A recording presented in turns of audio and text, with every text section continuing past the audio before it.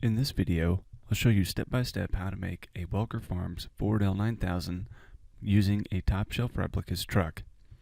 You can also use a Diecast Promotions Ford. Both trucks will accomplish the task. There are a few variations between the two different brands. First thing we'll need to do is to remove the trucks from the clamshells. It is good to have parts bins available. You'll need a small Phillips head screwdriver, X-Acto knife to begin removing the parts. We'll start by removing the front bumper. You can take your X-Acto knife and go between the die cast and the plastic and twist lightly, and your bumper will be removed. There's a pin holding the hood on. Grab that with a needle nose plier, twist and pull gently.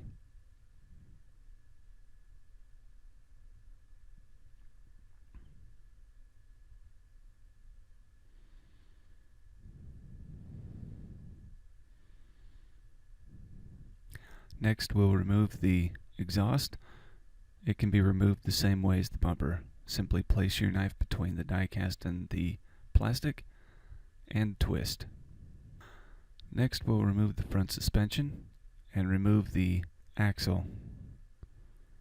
Take your needle nose plier and grab the attachment points for the front suspension and pull it up gently. This is all plastic, so we want to be careful not to break it.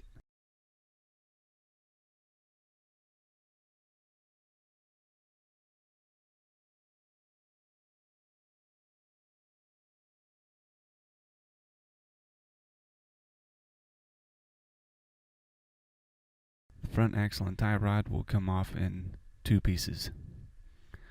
Next, we'll remove the transmission cover. There's a screw underneath there that holds the cab on.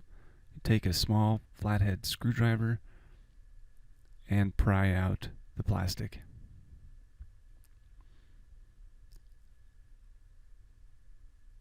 Remove the small Phillips screw which holds the cab on.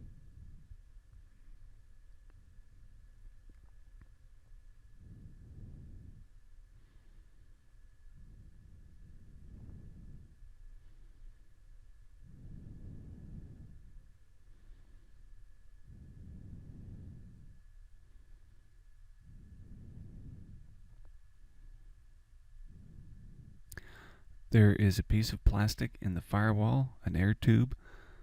You'll need to pry that off because it may be holding your cab on.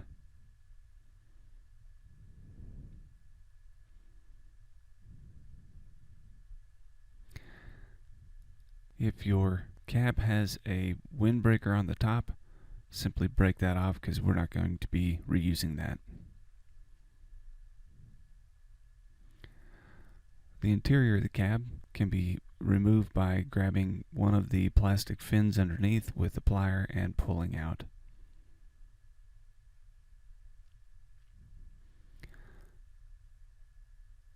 The front and rear windshields can be removed by pushing gently from the rear or the front. A tool may be needed for the rear glass as sometimes it is glued in pretty well from the factory. Top shelf replicas trucks do not come with extra mirrors. We'll want to be careful to remove those without breaking them. There's 4 attachment points on the inside. Use a very sharp tool to push from the inside out, and the mirrors can be removed without breaking them.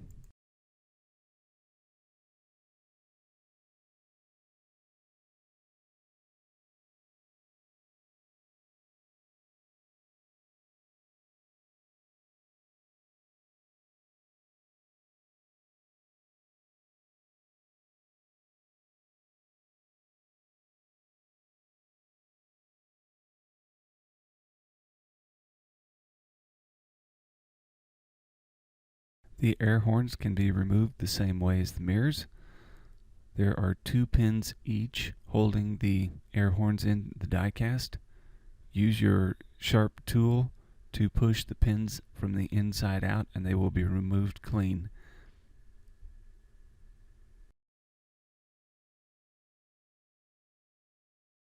All the parts on the cab should be removed at this point. The hood has a few parts that need to be removed.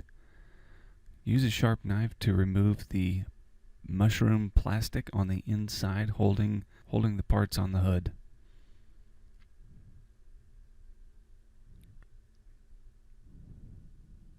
The turn signals can be pushed from the inside out like we did with the air horns and the mirrors.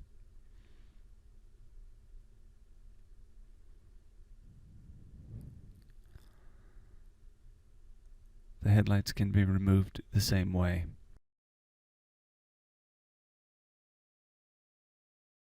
There are two pieces to the headlights. Make sure you keep both.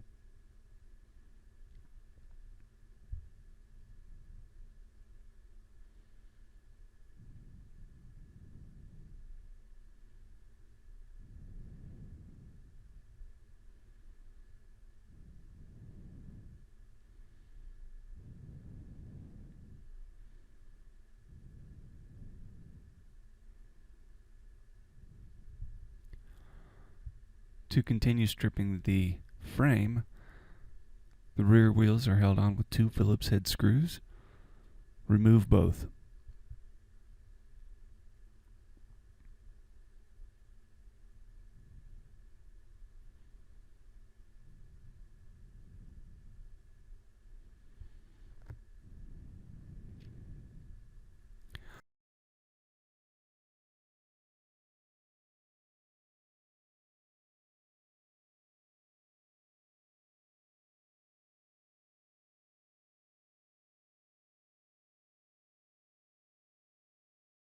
Fifth wheel plate, the rear mud flaps, and the deck plate can all be removed by simply placing your knife between the plastic and the die cast and prying gently.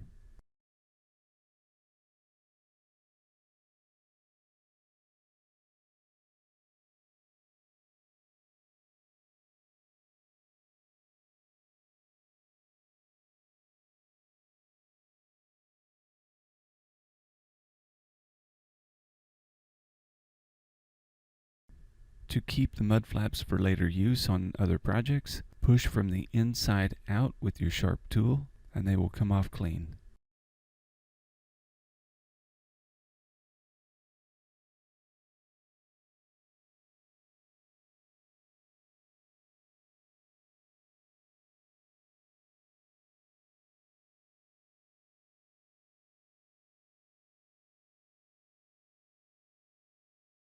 The fuel tanks can be removed by placing your knife between the plastic and die cast and twisting gently.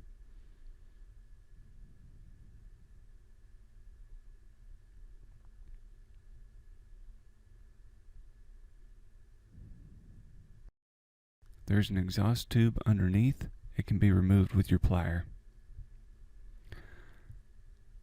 The engine can be removed by taking your knife between the plastic and die cast and twisting gently. A steering rod can be removed the same way. Once your parts are all stripped, I'm using lacquer thinner to remove the paint. Place all the parts in the lacquer thinner. It can be overnight. As soon as the paint begins to bubble up, it can be removed with a needle nose plier and wire brush.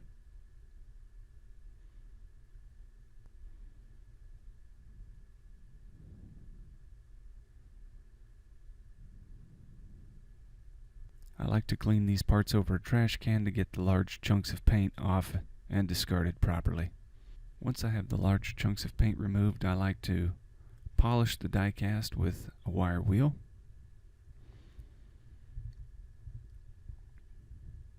I have my drill press turning at the slowest RPM it can be set for. That way it doesn't grab parts and sling them across the shop.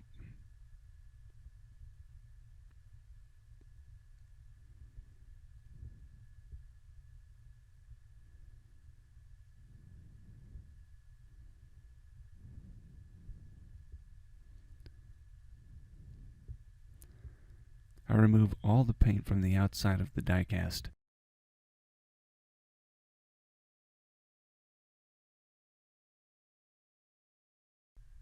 To remove any loose paint from the inside of the die cast, I'm using compressed air.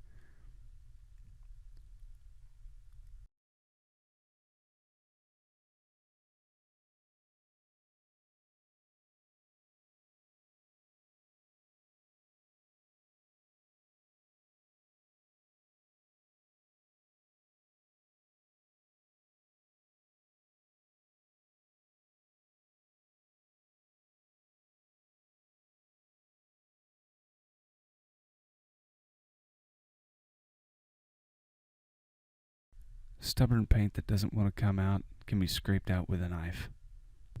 Removing every bit of paint from the inside of the cab is not required. Our main goal is to remove any loose pieces that may still be in there.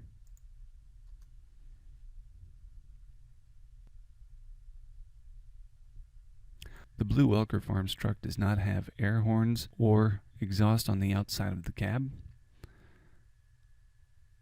To cover those holes from the air horns, the exhaust, and the windbreaker we took off and will not replace, I'm using JB Weld.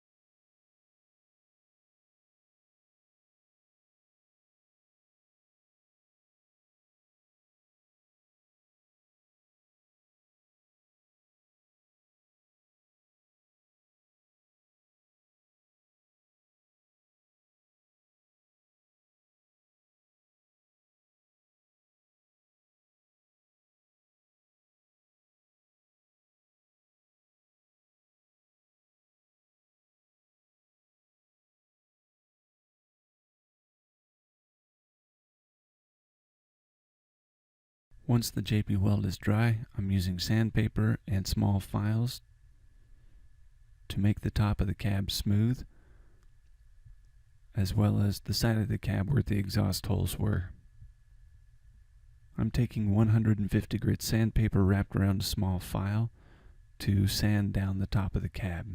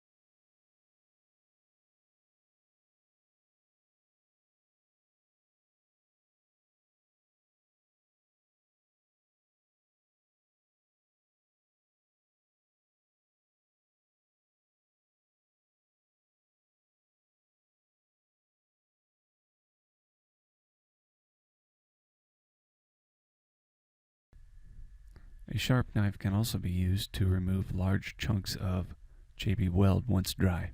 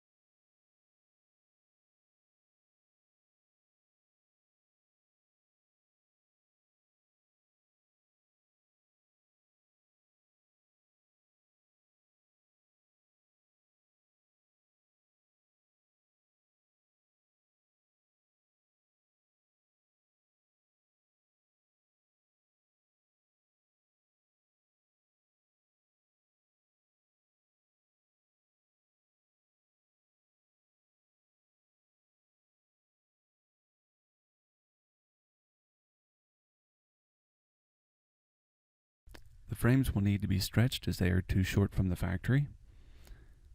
And there's some die cast on the outside of the frame that needs to be removed. You can use a handsaw, Dremel, or in this case I'm using a bandsaw. I'm cutting off the battery box on the outside of the frame. Once the battery box is cut off, I cut the frame in half.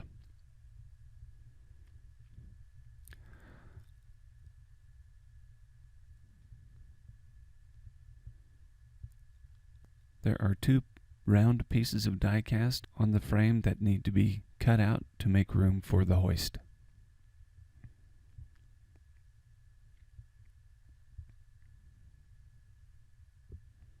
Here I'm using a sander to clean up the inside of the frame and the outside of the frame so it's nice and smooth.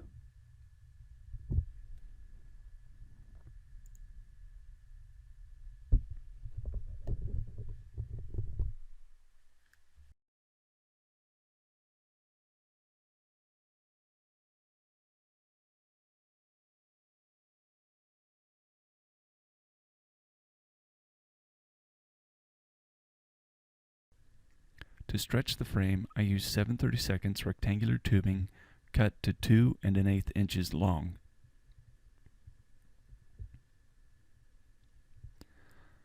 To make this rectangular tubing, I cut a piece of 7/32 square tubing in half to give me 2 pieces of C-channel.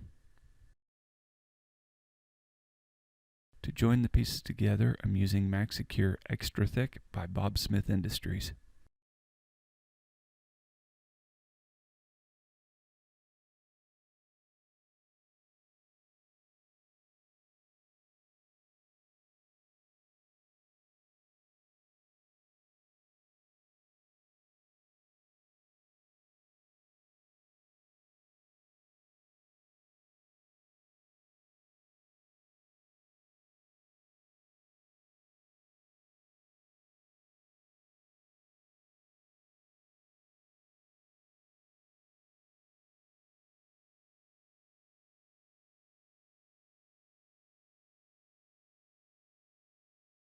Once our glue is dry, I wipe everything down with lacquer thinner on a rag to remove any impurities, fingerprints, or oils from handling.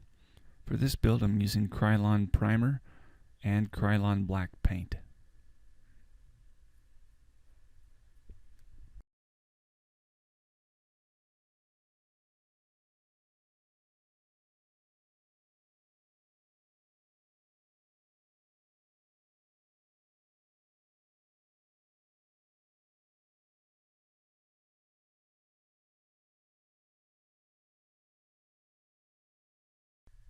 When the hoist is assembled, I primed with Krylon primer and then sprayed with John Deere yellow paint as the Welker hoist is yellow.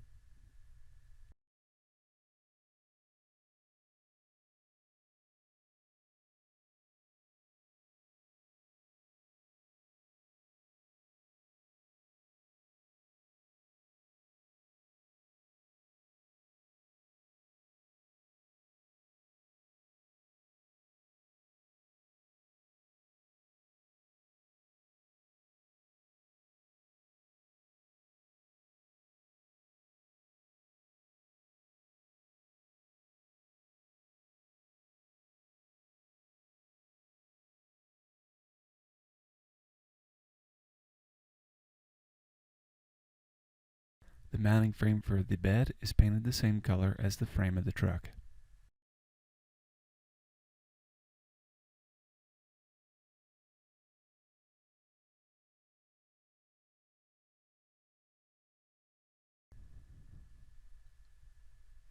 The cab parts are painted with Krylon primer.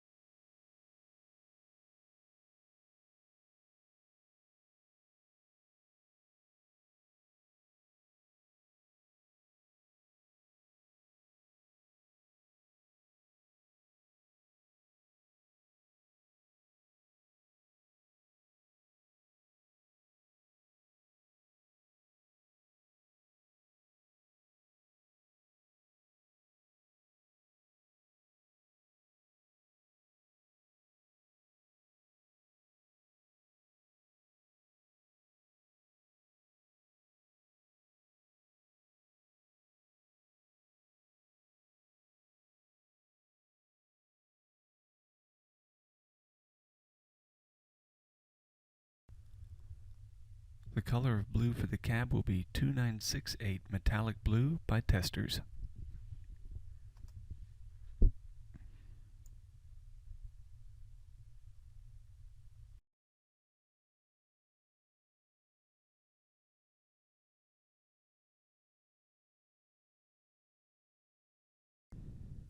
The bed is a 20-foot low-side stake-type bed that is being painted Viper Red.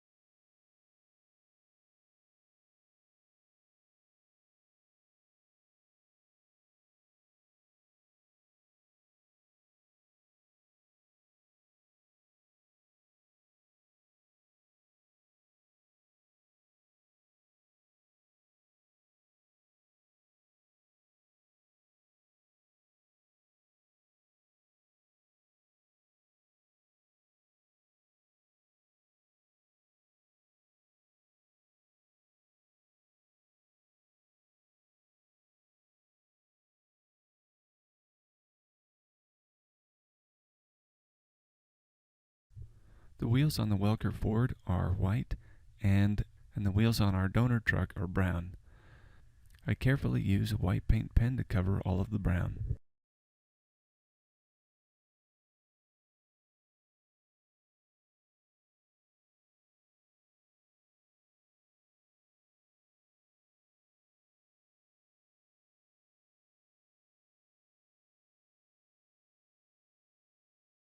We will do that on the front and rear wheels.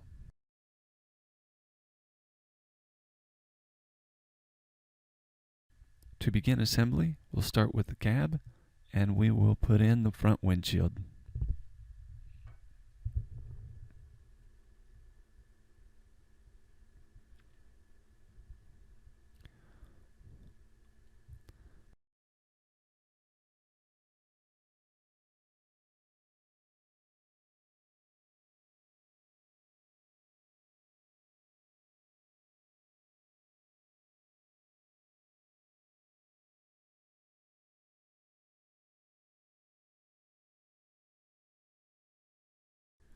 We'll follow that with the rear cab glass.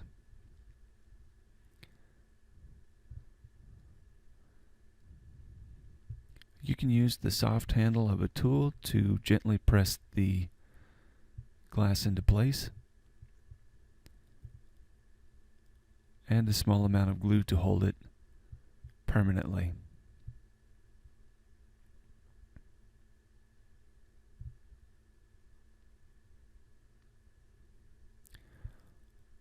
I use Instaset in a syringe to cure the glue instantly so we can continue moving.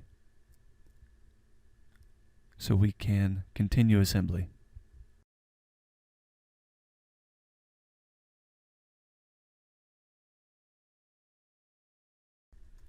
The interior slides into place.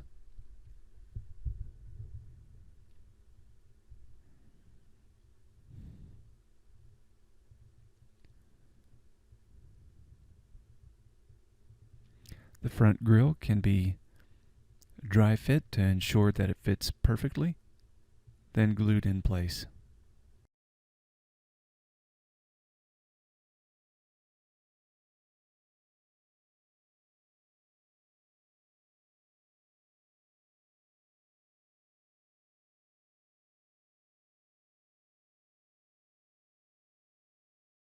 The turn signals can be added by gently grabbing them with a needle nose plier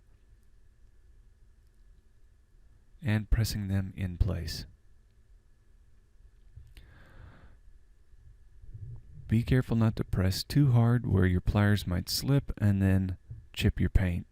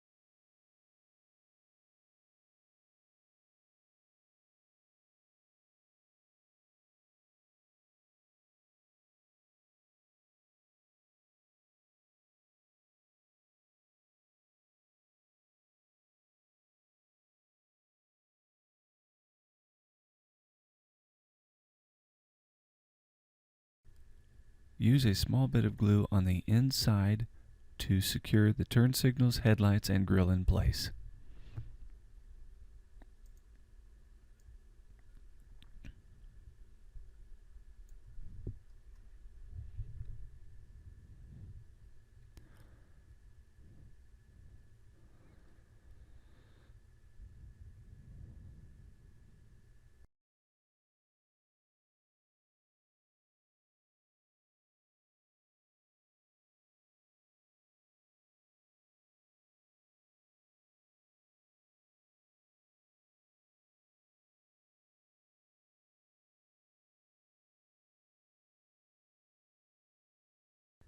The headlights come in two pieces, a chrome piece and a clear piece of plastic.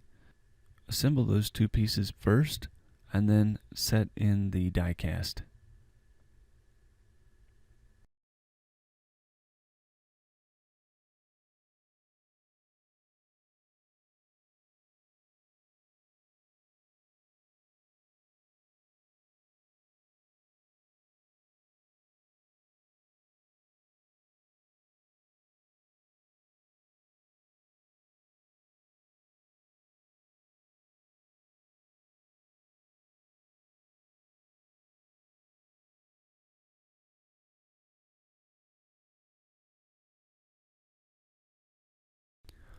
To assemble the frame, we'll begin with the engine. If the pins on the engine were broken during disassembly, glue the engine to the frame, then screw the cab to the frame to ensure that the engine is in the proper location. This will ensure that everything goes together smoothly.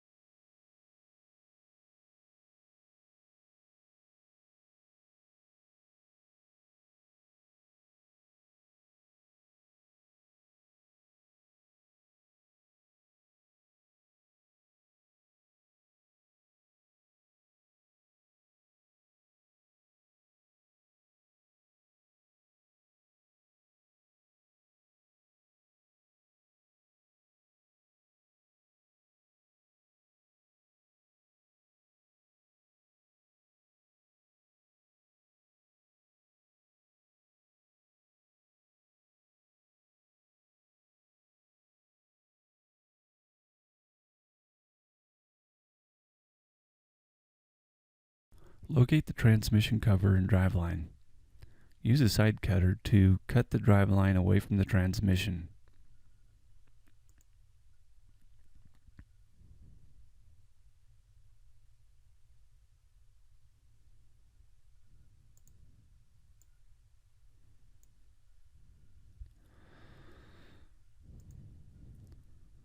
Since our frame is stretched, our driveline will be too short.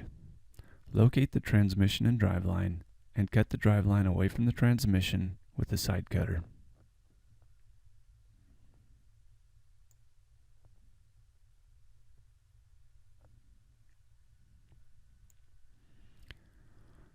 Use a 1/16 inch drill bit to drill a hole in the transmission so we can use a longer driveline.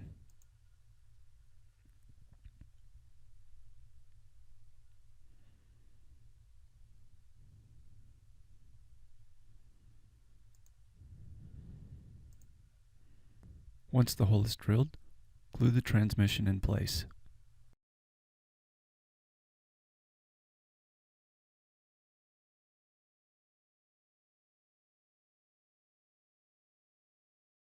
To assemble the front axle, place the spindles into the die-cast frame with the tie rod facing the rear of the frame.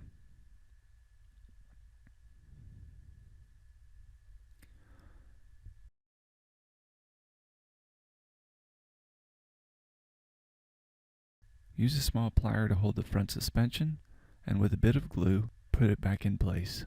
The pins that hold the front suspension in place will likely be broken off during disassembly.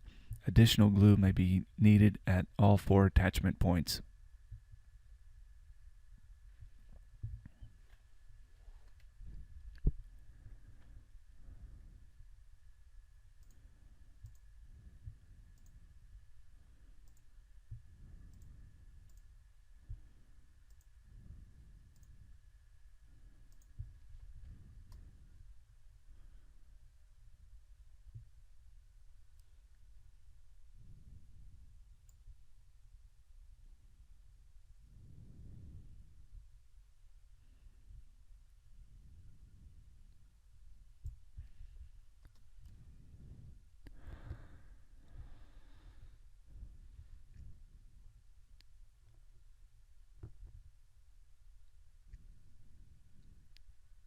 Attach the rear tandem with the 2 Phillips head screws that held it in place.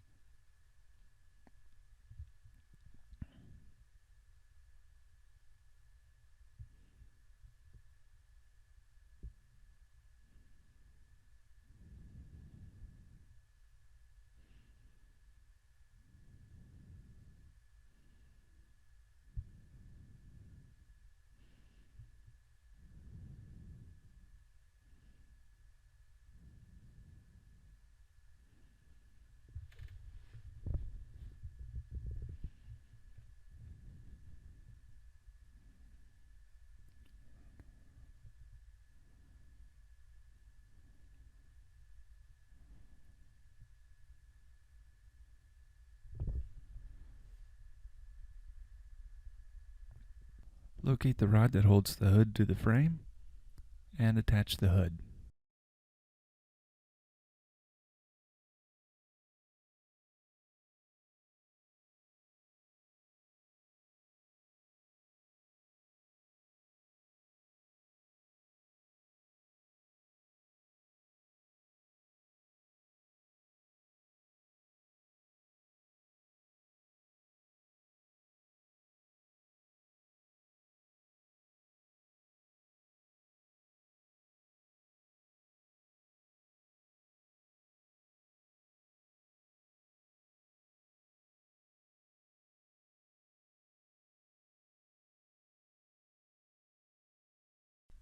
To give the hoist a little more detail, I take a silver Sharpie and paint the ram.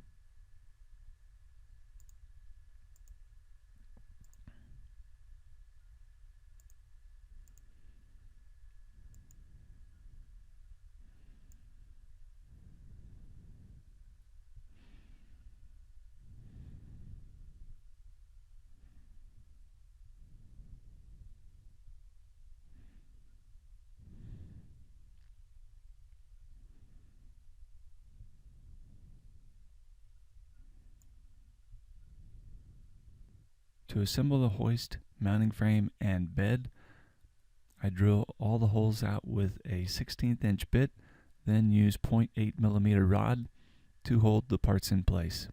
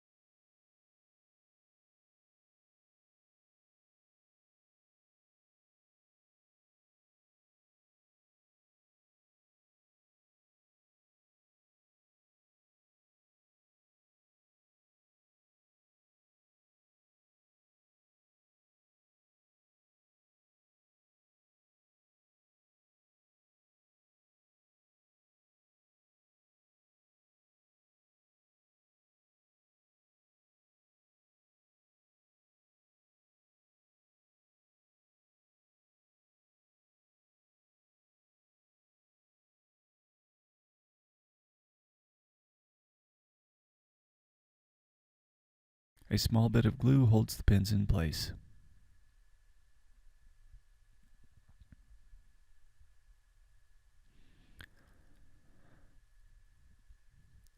Dry fit the bed to the frame to ensure everything fits properly.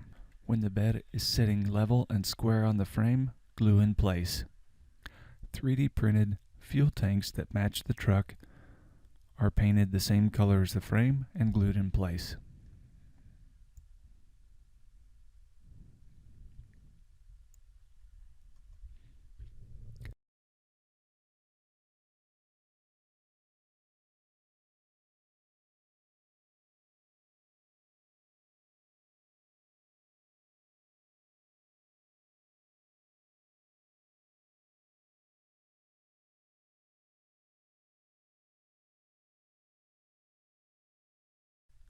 The mirrors are first dry fit to ensure they fit in the holes and then glued in place.